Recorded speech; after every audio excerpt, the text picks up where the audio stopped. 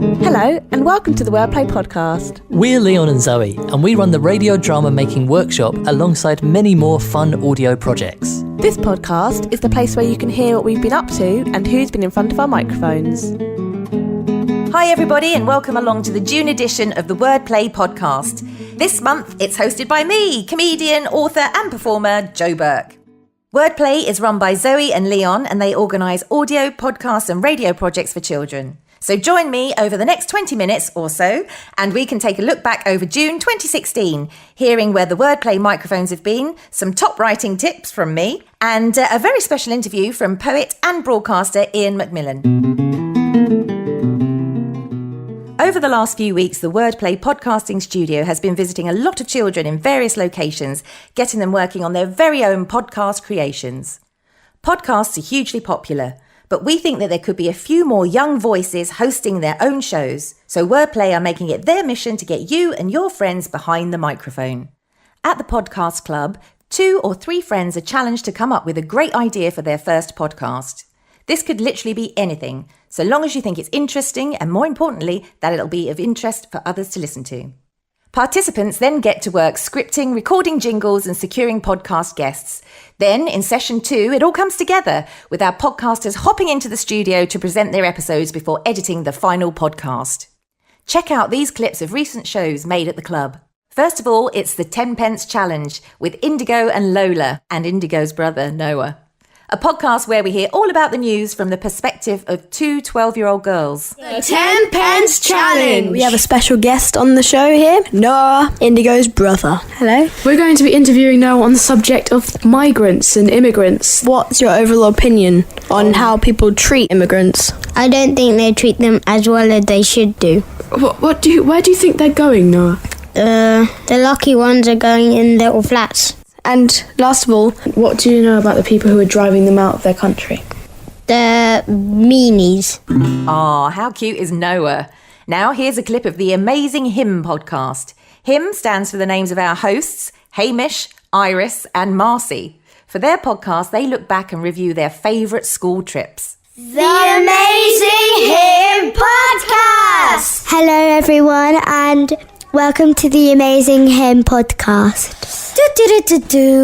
So, we're going to be talking about school trips. So, for our final bit, we're going to use our HIM powers to travel back in time so that you know what it's like to be in Buxter Farm.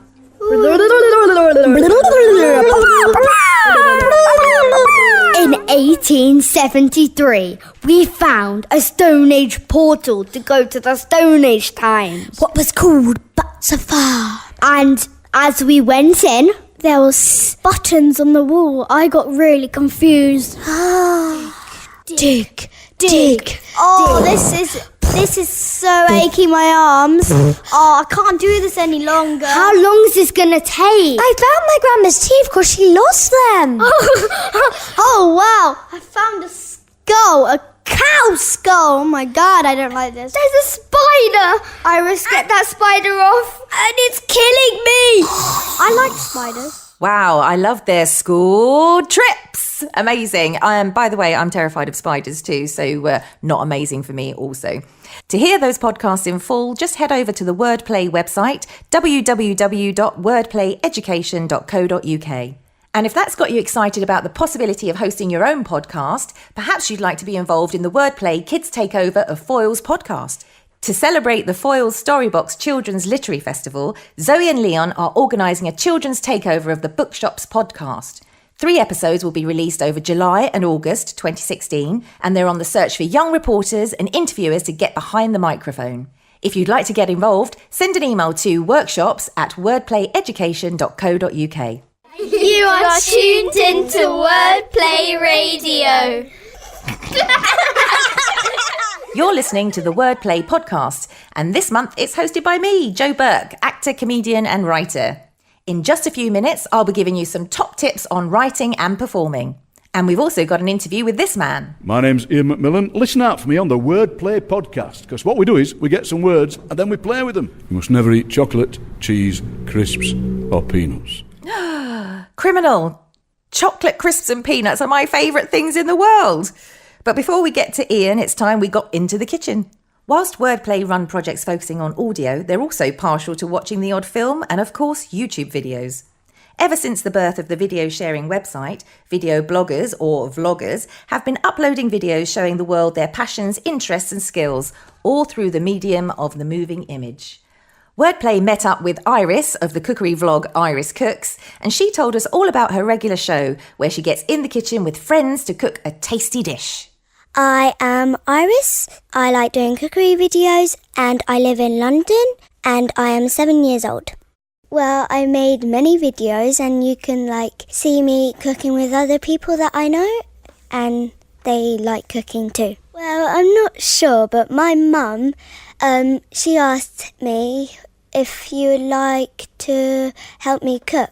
And then I helped her cook with something. And then she said, would you like to do some cookery videos? Because you are pretty good at cooking. So that's why I just wanted to do it. I cooked with Maya crispy squid with garlic mayo and churros with white and brown chocolate sauce. So I've cut the butter into little cubes and now Maya has put the bain-marie in boiling hot water. These are my top tip for making cookery videos. So whenever you're cooking, don't mess around or jump in the kitchen. And don't try doing gymnastics because you can kick someone who's holding a really hot pan and it might fall on you. Always wear an apron if you're wearing a dress. Wear clothes that you don't mind getting dirty. And always tie your hair up so it doesn't get in the food when you're making it. And always remember to use safety things and ask your parents to help you cut potatoes or apples.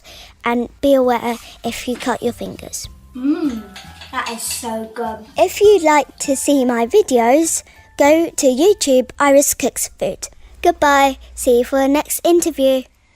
Wow, she's amazing. I'll definitely be checking out Iris Cooks on YouTube very soon. Get on the radio with Wordplay, the radio drama making workshop. If users looking for live drama, stop now because you've found it. Now it's time for my top tips. So I've got 3 top tips for you, 3 on acting and 3 on writing. So number 1 on acting, it's actually not about acting, would you believe? Pretend and you are done for. It's about being real and reacting, and listening is key. So that's number 1. Number 2, learn lines, parrot fashion, and you will be stuck. Always know your character's intention, what they're trying to achieve in each scene and why they want what they want. That way, if your fellow actor forgets lines or you forget your lines, you won't be stuck and you can ad-lib your way out of it and it'll still make sense. So there you have it. Listen and react and know why you're saying what you say. Number 3, a really important one for any aspiring actors out there. Never take rejection personally. It's never because you weren't good enough. As an actor, I know it's hard not to feel hurt when you're turned down. I've been turned down many, many, many times. But what you need to remember is it's not that you weren't good enough. It's just that someone else is more right for the part. Fortunately for me, as I'm also a writer and director, I know that that's the truth. As a director, you see so many brilliant actors, but there's only one part to cast. So just like you kind of know your favourite flavour ice cream, but you can't put your finger on exactly why. I mean, all the flavours look lovely and taste lovely, don't they? But for some reason, you've got one favourite that will only be the one that you want on your cone. That's what it's like when you're casting. You have an idea in your head and about a character, and you see lots and lots of people who are all fantastic, but only one of them is exactly right. So if you don't get the part, remember, you are not alone. It's not just you. You were one of hundreds of amazingly talented actors who also weren't chosen that time. But next time, who knows? And my next top 3 tips are on writing.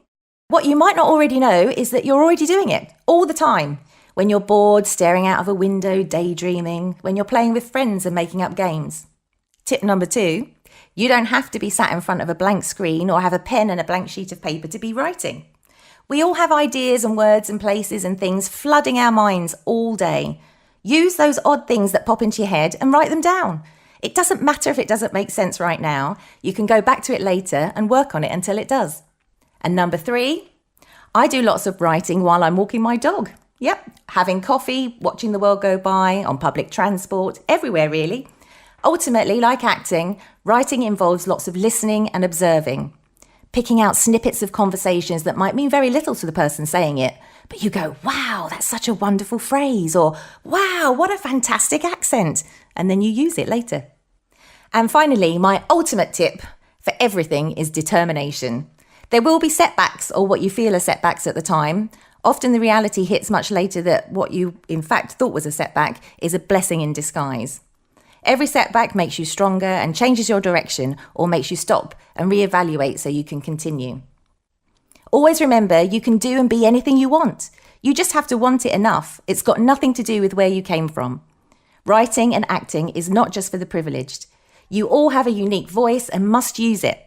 I grew up on a council estate. I didn't go to university. I left school at 16 with very little. I'm not the greatest at grammar and spelling, yet last year my debut book went on sale on Amazon and it's doing really well. My next book of children's verse is nearly complete. I didn't go to drama school until I was 27 because that's how long it took me to save the money to go. I might not be a movie star or even be on TV regularly, but I have taken 5 4-star comedy shows to the Edinburgh Fringe. You don't need to be academic or come from a wealthy background to succeed in the arts. Success isn't about money, it's about doing what you love, whatever that is, and sharing that passion with as many people as you can. Write, act, produce, direct, paint, photograph, film, sing or dance. The world will always need more of that. Bankers, not so much. You're listening to the WordPlay Podcast. I'm Jo Burke, actress, comedian and author, and also today host of WordPlay Podcast, which is very exciting and I'm so grateful to be doing it with the lovely Zoe and Leon, who are amazing. With that in mind, perhaps you'd like to have a little listen to a couple of my children's verses that are due to be released in my next children's book. I say next, it's as if I've written a first one. I haven't. It's my first children's book, and it's called Standing on Custard. Okay, guys, this one is called Quiet as A worm worms, snake snake, horses horse around, squirrels squirrel away their nuts in May, but a mouse, well, it doesn't make a sound. And now it's time for my next one, which is Barnaby Flea, one of my favourites. I have a little friend that no one else can see. His name is Bouncing Barnaby, and he's a circus flea. Barnaby is fearless. He's smashing on trapeze, dashing on the tightrope, and balances on peas. I hope you enjoyed my short, silly verse about Barnaby Flea. He's one of my favourites. There's lots more, 28 more, in fact, in my new book that's due for release towards the end of August, early September. If you want to know when it's going to be released, please do check out my website, www.joburke.com. You are tuned into WordPlay Radio. Back at the start of June, the WordPlay studio headed to South London. That's my neck of the woods. The South London Gallery, to be specific. And we're lucky enough to be involved in the Southwark Library's Rhyme and Reason Poetry and Music Festival. WordPlay got involved in putting on a special children's live poetry podcast with the gallery's Sunday Spot Art Club. The Sunday Spot allows artists and children to work together producing artworks, performances, films, and in this case, live podcasts. Throughout the day, the children stepped inside the WordPlay recording gazebo, where they had time to experiment with the sounds of their voices recording poetry of the everyday. We then finished off at the controls of a live podcast, playing out our recordings while discussing what had been made earlier in the day, broadcasting live to the rest of the gallery and the world. Here's a short clip of what was made that day. You're listening to the Rhyme and Reason Podcast. Hello, I'm here with Sienna. Sienna, what have we been doing today? Dancing. No, we have not been doing dancing. Talking. Down in the jungle where nobody knows, there's a big fat elephant picking his nose, and he's making a scene wherever he goes. Chapter 1. Zombies in space. Once there was a brave warrior Sylph. One Sylph decided to go in space. When he was in space, he saw zombies. No whip. now watch me nay-nay. Now watch me whip, now watch me nay-nay. So leave me alone. This is being broadcasted. The Rhyme and Reason Festival lasted 2 weeks in total and was jam-packed full of great performances and workshops all across the London borough of Southwark. Leon and Zoe were lucky enough to see poet and broadcaster Ian McMillan perform improvised musical poetry at the festival alongside the excellent musician Luke Carver-Goss. Ian and Luke very kindly agreed to appear on the WordPlay Podcast, talking to us about their worlds of radio, improvisation, and which foods to avoid when you get behind the microphone. It all makes sense now. The crisps. My name's Ian McMillan. I'm a poet. When I'm writing my work, I always picture two different audiences. The first one would be somebody sitting on their own in a room reading the poem and using that poem as a springboard to write their own work. The other audience I always envisage is just an audience perhaps in a school, and I'm performing my poems to them and they're appreciating it, and then at the end again I'll say, can we ever go writing a poem together? So it's always for me that they'll read the poem and then they will then have a go at writing their own.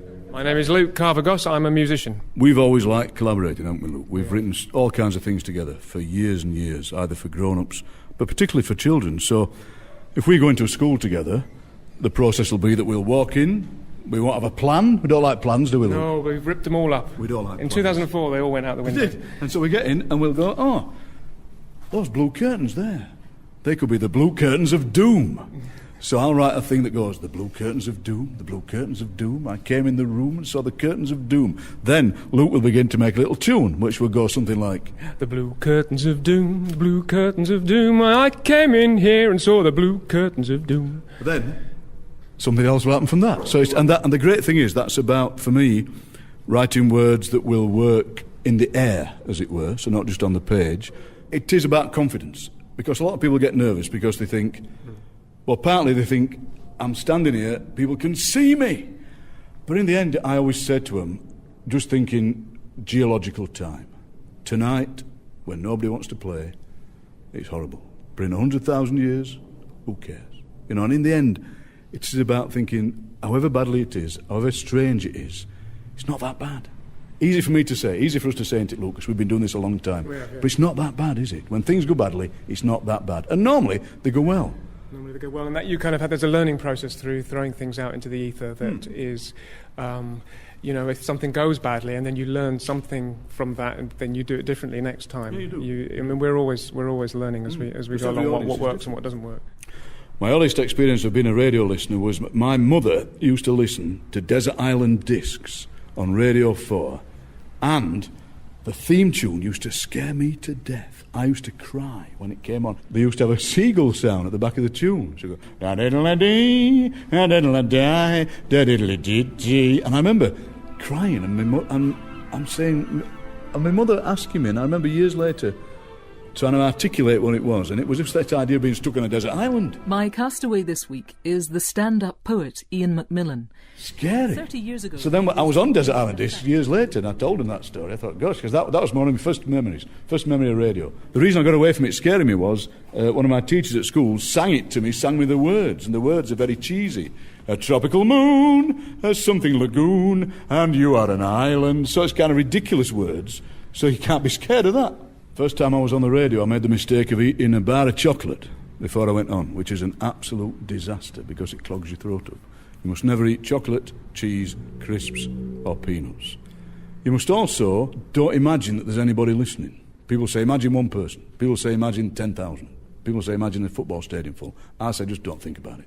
Just you're talking to the microphone, you're talking to yourself, as it were. If you're being interviewed by somebody, then you're talking to them, and that's easier. But if you're presenting, then just imagine there's nobody there, and you're just having a chat. If you're interviewing somebody or being interviewed, then you're just talking to them, and that's all right, and just ignore that. It's hard to, because it's quite big, the microphone. It's hard to ignore it, but after a while, you learn to. So the rules are, don't eat cheese, don't eat chocolate, don't eat crisps. Take nice deep breaths before you start, because breathing's very important. Confidence is a thing you can manufacture, I think, and you can breed it within yourself. Audiences get a bit nervous. They're not sure what's going to happen. And radio audiences can tell if you're a bit nervous. When I first started doing live radio on local radio in Sheffield. My voice was, I was doing that and I couldn't, and my voice kind of dried up and I was like that. But, you know, that's fine. And I think in the end, my advice is don't worry. Please don't worry. Ian says it's all right. Don't worry. And after hearing that, Zoe and Leon asked Ian all about his favourite ever sound. Because I get up early and then I go for my walk and then I come in. I love the sound the kettle makes just as it comes to the boil. And it bubbles and bubbles and then it stops and it clicks off and all the steam comes out. And I do that thing where I breathe in the steam because I think it does me good. I think it probably does. And then I pour the boiling water into my mug of tea. And it's those sounds. It's the kettle boils, it clicks off, and the sound of them. And that's perfection for me. I should have taken that with me on the desert island. That sound, that would have been great. That's my favourite sound. Who doesn't love a nice cup of tea, eh? Certainly Ian McMillan does, and he likes the noise too. Be sure to tune in to Ian McMillan as he hosts the BBC Radio 3's weekly poetry programme, The Verb. And check out Luke's website, www.lukecarvagos.co.uk, for details of his upcoming concerts and releases. You're listening to the WordPlay Podcast. And now it's time for my favourite bit of the WordPlay Podcast. It's the pick of the plays. Zoe and Leon have given me a selection of radio plays to listen to, which this month were all written and performed live by the Dog Kennel Hill Primary School students in London, where Year 6 students enjoyed the Wordplay Radio Drama Workshop a couple of weeks ago. At the workshop, small teams are challenged to write a radio play whilst incorporating a selection of challenge items into the story. They then hop into the studio, rehearsing and then broadcasting live their finished radio play, being sure to bring the drama to life using DIY sound effects. This month we have Dead or Not Dead by CQ, Ange and Majid, Murder in the Palace by Glydian and Noor, The Creepy Neighbours by Erin and Maya. Leon and Zoe have asked me to pick my favourite characters, sound effects and storylines. So let's take a look. Okay, so it's a tough choice. It's really close, guys, really close. You were all amazing. I loved all the stories. They were all great. But if I have to be pushed, and Zoe and Leon are making me push for a decision, the Best Character Award goes to, drum roll, the bus driver in Dead or Not Dead, played by CQ. Last stop to Brighton. Bus driver, how long will it take? An hour with all this traffic. What's that smell? There's a fire! Good job.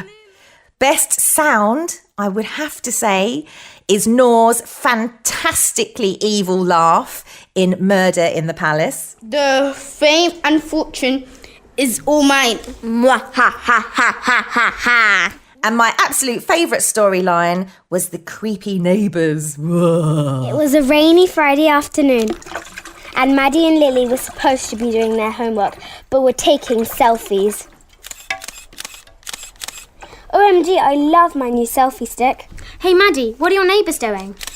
As the girls looked out of the rain-covered window, they saw Maddie's neighbours staring at them with a pair of binoculars.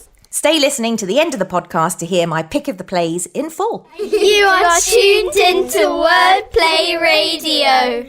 Before we hear my final pick of the plays selection, here's a couple of listings to let you know how you can get in the WordPlay studio over the next few months. There will be a summer podcast club for children aged 10 to 16 at the Ivy House in Nunhead, giving children the opportunity to discuss all things local in their very own podcast.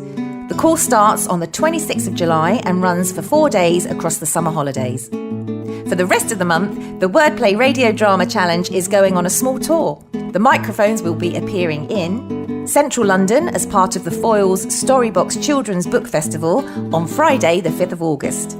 South London at Village Books in Dulwich on Thursday the 18th of August. And Gravesend, Kent at the Woodville Theatre on Tuesday the 23rd of August. You can find all the info alongside everything you need to know about wordplay on the website www.wordplayeducation.co.uk. Once again, if you want to be involved in our Foyles Podcast Children's Takeover, get in touch. Send an email to workshops@wordplayeducation.co.uk. And you can also check out the festival details on Foyles' website, foyles.co.uk/events. And that's about it. I've been Jo Burke, hosting this 3rd edition of the WordPlay Podcast. It's been absolutely smashing chatting to you all. I hope you've enjoyed it. There'll be lots more. If you want to find out more about me, please do visit my website, www.joburke.com. And once again, thank you so much, Zoe and Leon, for having me. I hope to come back one day. So that's it from me. It's my time to go. But before I do, here's my pick of the play selection. And out of all of the wonderful plays that I listen to, it's my pleasure to announce the winner is... Dun, dun, dun! Dead or Not Dead. And the reason Dead or Dead did it for me, it was because of the sheer enthusiasm by the entire cast. The sound effects were great. And as I'd already voted, the main character, or not the main character, but the best character, which just goes to show you don't have to be the main character to be the best character, is little old CQ, the bus driver. It's me, CQ, the bus driver. Huge round of applause to him. Thanks very much for having me. Goodbye. You've just tuned into Dead or Not Dead. This is a show of a boy mistaken of death. On a rainy Saturday morning, the bus pulls up. Last stop to Brighton. On the bus, Justin frustratingly tried to grab a seat. Goodbye, Mum. I'll see you when I return from Brighton. Bus driver, how long will it take? An hour with all this traffic. What, you little boy? Oh, get out of my way, son. Wait, I want to get on the bus. The doors begin to malfunction. Ah, my foot. Throughout the journey, the engine rumbled violently. What's that smell? There's a fire! Fire! Nino, Nino, Nino, Nino, Nino, Nino. This can't be happening. I'm losing contact with my brain. Oh, that was not to me. He's dead, he's dead. Call the fire brigade and the ambulance. Justin is taken as quick as possible to the hospital. Clear! Clear! His vitals are low. His heart rate stopped. Beep, beep, beep. Justin is put in a tomb and pushed away in the sea. Bewildered, Justin wakes up and starts singing in jargon.